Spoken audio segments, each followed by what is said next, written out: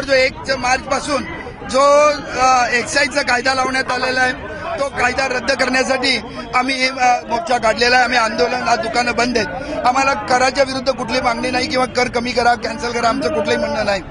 परंतु आमच्यावर जे इन्स्पेक्टर राज येण्याचं चाललंय, आम्ही 30 वर्षाच्या सुवर्ण नियंत्रण कायद्यामध्ये फोडले गेलेलो आहोत, म्हणून हा कायदा आम्हाला नको आहे। आणि आम्ही आज इथनं सराफ असोसिएशनवरनं डिव्हिजनल कमिशनरकडे जाणार आहोत आणि त्यानंतर SSB-MLच्या ग्राउंडवर मीटिंग होणार आहे। आज महाराष्ट्रभरातले किती सराफ आलेत?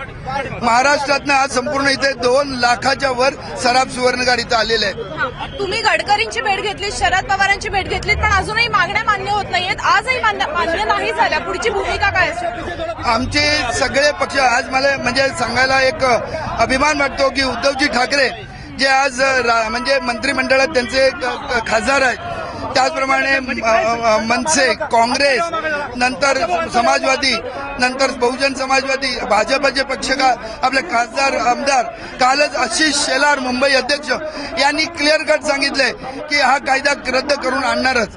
हे सगळे आमच्या बरोबर आहे, परंतु 1-2-3 जणांच्या आडमुठपणामुळे अजून निर्णय होत नाही, तो त्यांना घ्यावाच लागणार। हा कायदा जर सुरू झाला तर आत्महत्या हजारोच्या संख्येने होतील, कारण कालच परळीने आपल्या परभणीच्या जिल्ह्यामध्ये एका मुलाने आत्महत्या केली आहे। तर हे आत्महत्या वाढतील, याला जबाबदार ही सरकार राहील। त्यामुळे केंद्र सरकारच्या आडमुठेपणामुळे हा कायदा रद्द होत नाही आणि हा रद्द होण्यासाठी आज महाराष्ट्रातल्या सर्व सराफांनी इकडे पुण्यामध्ये भव्य मोर्चा काढलाय। कॅमेरा पर्सन अमोलसह हर्षराज वकुळ, ABP माझा पुणे।